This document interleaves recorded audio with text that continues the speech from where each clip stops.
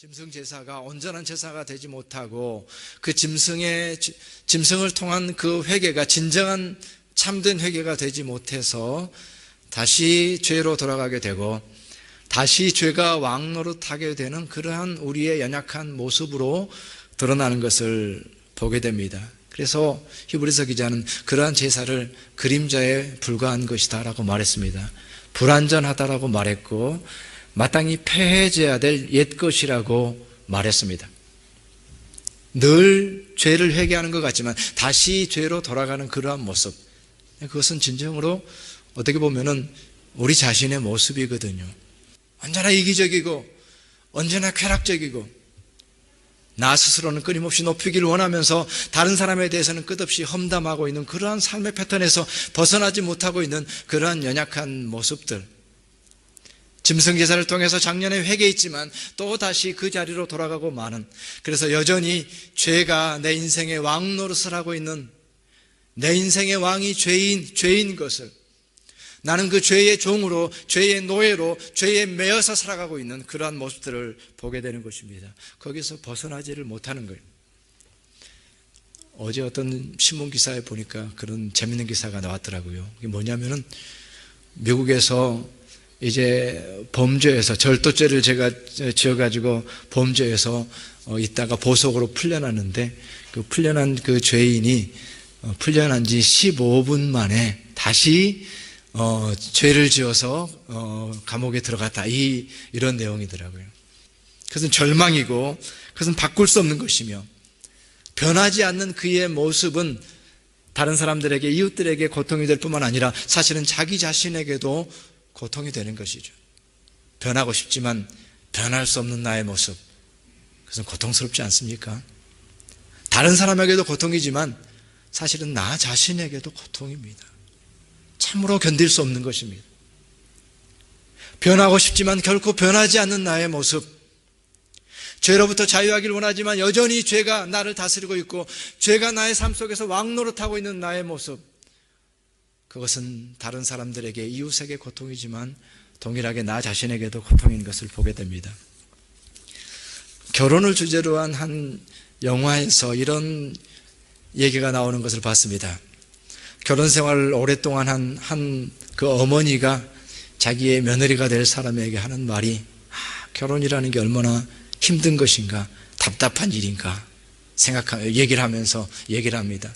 평생토록 같이 살면서 먹고 자고 하는 일이 얼마나 참 어려운 일인가. 근데 그 결혼했는데 그나마 조금 자기 마음에 들고 괜찮은 사람하고 평생을 산다고 한다면 그나마 다행인데, 만약에 원수 같은 사람을 만나가지고 산다고 한다면 그 인생 지옥이 따로 없다, 그렇게 체념하면서 얘기하는 거예요. 사실 맞는 얘기잖아요. 평생토록 같이 살아가는데 결코 변하지 않는 정말 원수 같은 사람하고 평생을 같이 살아간다, 지옥이 따로 없다. 결혼에 대해서 참 깊은 생각을 하게 됩니다. 그런데 그 영화에서 얘기하고 있는 주제가 뭐냐면은 그 결혼 생활에 있어서의 어떤 그 가능성, 정말 어려운 일이지만 그러나 그 결혼 생활을 성공적으로 할 수 있는 어떤 가능성이 한 가지가 있는데, 그건 뭐냐면은 상대방을 향해서 미안합니다 라고 말할 수 있는 바로 그 사실, 그것이 비록 힘들고 어려운 결혼 생활이지만 그 결혼 생활을 이끌 수 있는 키워드라고 거기서 얘기를 하는 거예요. 미안해라고 용서를 구하는 그러한 삶의 자세. 우리가 다 잘못되었지만 미안해라고 말할 때에 그것이 하나의 계기가 되고 그것을 통해서 용서하고 용서받으면서 살아간다라고 하는 것이죠. 그것이 정말로 인간관계라는 게 정말 어렵고 결혼이라는 게 정말 어렵지만, 그러나 그것이 한 가지의 가능성이다. 그리고 더 나아가서 그 영화에서 주제로 얘기하고 있는 것은 단지 미안하다라고 말하는 것으로서 끝나는 것이 아니라 그 미안하다라고 하는 그 이후의 삶이 결정적이다라고 얘기하는 거예요. 미안하다고 했으면 그 미안하다고 하는 삶의 결과가 무엇이냐, 그것이 한 사람의 변화로, 성숙으로 그렇게 바뀔 때에 그 결혼은 비로소 이어질 수가 있고 가치 있는 결혼이 된다라고 하는 것을 얘기하고 있습니다. 미안하다라고 말한 그 이후의 시간이 결정적이고 중요하다라고 하는 것을 얘기하고 있는 것입니다. 그런데 만약 우리의 삶이 오늘 이 짐승의 제사를 통해서 속죄를 하긴 했는데 다시 그 자리로 돌아가 버리는 그러한 삶의 모습이라고 한다면 그것은 참으로 절망적인 삶이 될 수밖에 없는 것입니다. 오늘 히브리서 기자는 짐승의 제물로 드리던 이제 제사가 예수 그리스도를 통해서 제사가 드려지게 되는 것을 보게 됩니다. 그래서 속죄의 제사가 이제는 더 이상 짐승의 제사가 아니라 예수 그리스도를 제물로 해서 드려지는 제사를 이제 드리게 되는데, 그 예수 그리스도의 제사는, 예수 그리스도라고 하는 그 제물은 짐승의 제물과 다르다는 거예요.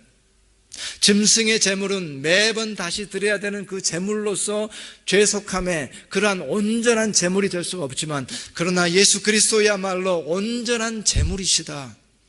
단 한 번의 제사드림을 통해서 우리 모두를 거룩하게 한 온전한 제물이시다라고 하는 것으로서 말씀을 하는 겁니다. 짐승의 제사가, 짐승의 제물이 매번 드리는 제사로서 그것이 반복되어지고 다시 죄짓고 다시 죄를 사하고 죄를 전가하고 피를 흘리고 하는 그런 반복이었다고 한다면 분명하게 생각하라는 겁니다. 예수 그리스도는 온전한 제물로 우리 가운데 오셨다라는 거예요.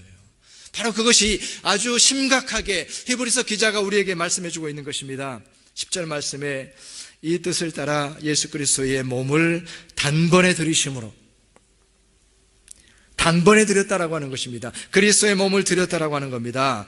그러나 그 한 번이 온전한 것입니다. 그래서 이어지는 말씀은 그 단번에 들이심으로 말미암아 우리가 거룩함을 얻었다. 한 번 드렸지만 그 제물이 온전한 제물이었기 때문에 우리가 거룩해졌다라고 하는 것을 얘기합니다. 12절의 말씀도 동일하게 이어지고 있고 14절의 말씀, 그가 거룩하게 된 자들을 한 번의 제사로 영원히 온전하게 하셨느니라. 그래서 예수 그리스도라고 하는 제물은 짐승의 제물과 다르게 온전하고 영원한 제물로 우리 가운데 오셨다라고 하는 것을 말씀하고 있습니다.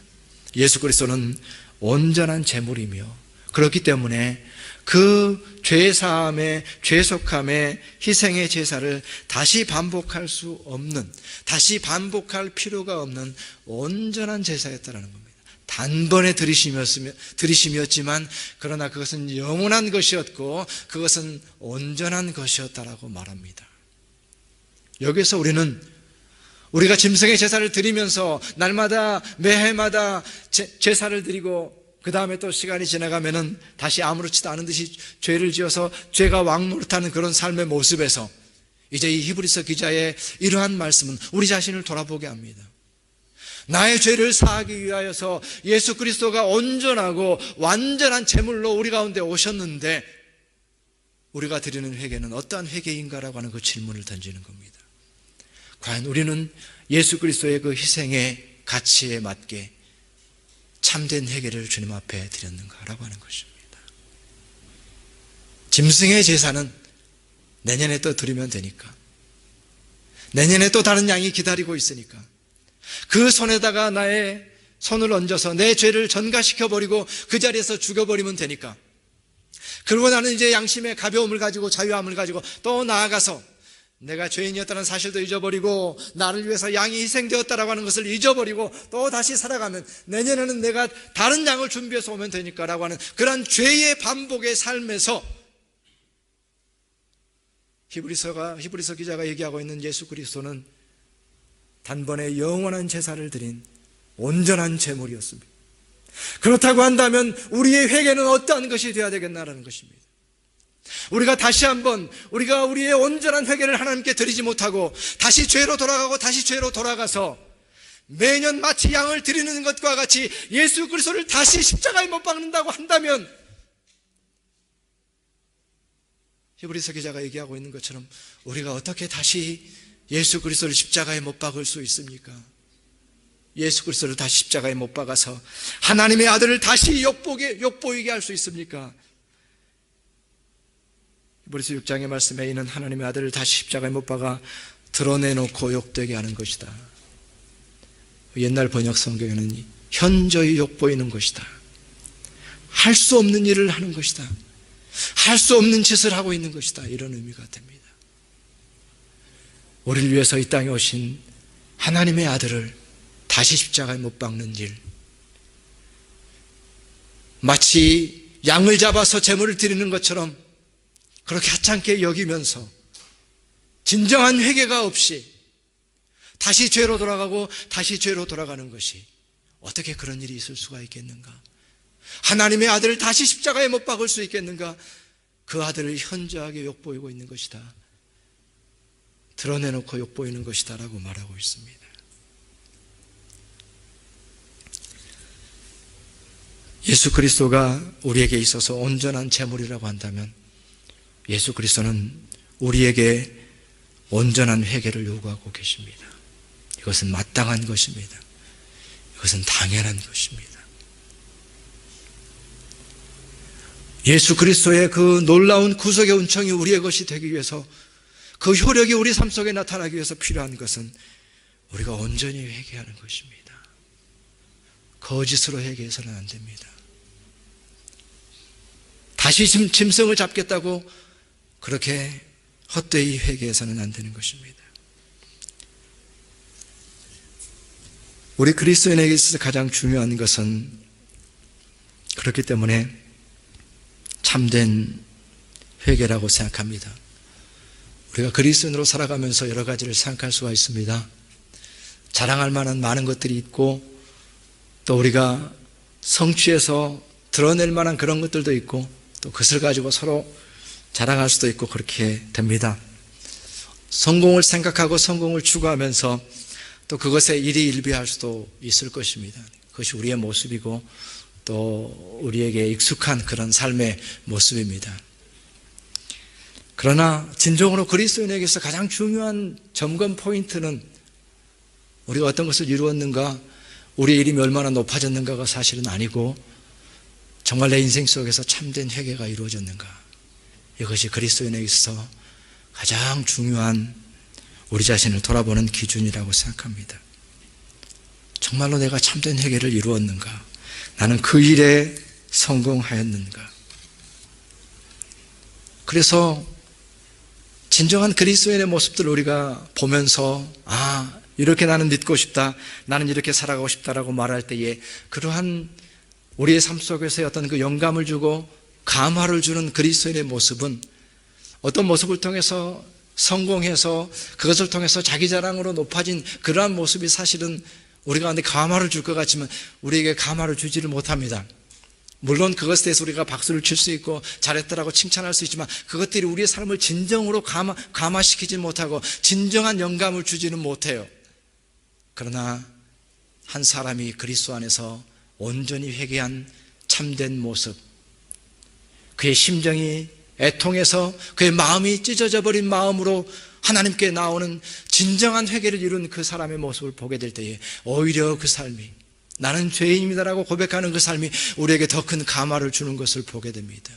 나는 참으로 진정으로 죄인이며, 나는 여전히 하나님 앞에 죄인이며 예수 그리스도를 의지하는 것 외에는 나에게는 소망이 없습니다라고 고백하는 그 진정한 회개 가운데 나오는 그 사람을 통해서 오히려 우리가 진정한 감화를 받게 됩니다. 왜냐하면 그야말로 진정한 그리스도인이기 때문입니다. 진정한 그리스도인의 모습은 다른 데서 드러나는 것이 아니라 예수 그리스도를 온전한 구속의 주로 믿음으로 자기 자신이 또한 동일하게 온전한 회개에 이른 자, 오늘도 온전한 회개에 이르지 못하여서 오늘도 애통하고 통회하는 심정으로 하나님 앞에 나오는 그 겸손한 자, 나는 아무것도 자랑할 것이 없습니다라고 애통하며 울부짖는 그 사람을 통해서 우리는 진정한 그리스도인의 모습을 보게 되는 것이고, 그 안에서 우리는 참으로 감화를 받게 됩니다. 이것을 잘했습니다, 나는 이만큼 했습니다라고 자랑하는 거 듣고는 있죠. 그러나 그것이 이상하게도 우리에게 감화를 주지 못합니다.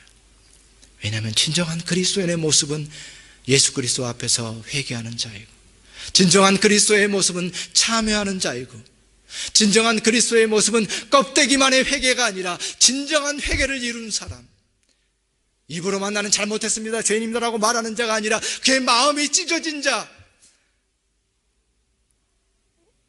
인간이 그 어떤 것도 찢어져서는 안 됩니다. 그것은 상처이고 아픔이지만 그러나 우리의 마음만큼은 하나님 앞에서 찢어져서 나는 죄인입니다. 나는 아무것도 없습니다. 애통하며 울 수밖에 없는 자가 진정한 그리스도인의 모습입니다. 그렇기 때문에 위대한 신앙인들은 사실은 난 이렇게 성공했습니다라고 성공담을 쓰지 않고 참회록을 쓰는 것을 보게 됩니다. 그리고 지금도 우리가 살아가는 삶의 현장 속에는 수많은 사람들의 성공담이 있습니다. 너무나도 많은 성공담들이 있지만 그러나 그것들이 우리 가운데 별로 감회를 주지 못합니다. 그러나 위대한 신앙인들이 썼던 그 참회록은 오늘도 우리에게 더 깊은 감화를 주고 있습니다. 왜냐하면 그것이야말로 진정한 인간의 모습을 우리에게 보여주기 때문이죠. 내가 누구인가를 거기에서 찾을 수가 있기 때문이에요. 내가 죄인인 것을 그 안에서 발견하게 되기 때문입니다. 그것이야말로 인간에게서 가장 소중한 신간이고 가장 귀한 가르침이기 때문인 것입니다. 그렇기 때문에 오늘날 우리도 동일하게 많은 성공담들이 있어서 그들을 쫓아가는 것도 중요하지만 사실은 참회록을 읽어야 됩니다. 참회록의 그 깊은 의미를 알아야 됩니다. 그것이 우리에게 유익하다라는 그런 내용입니다. 참회록이 여러 가지가 있지만 우리 3대 참회록에 들어간다고 하는 우리 톨스토이의 참회록에 보면 이런 얘기가 있습니다. 공포와 혐오와 아픔을 느끼지 않고는 나는 그 시절을 회상할 수가 없다.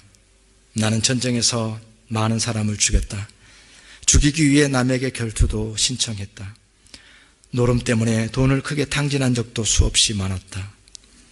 농부들이 땀 흘려 수확한 것으로 무의도식하면서도 그들을 저버렸다. 간음도 했고 거짓말도 했다.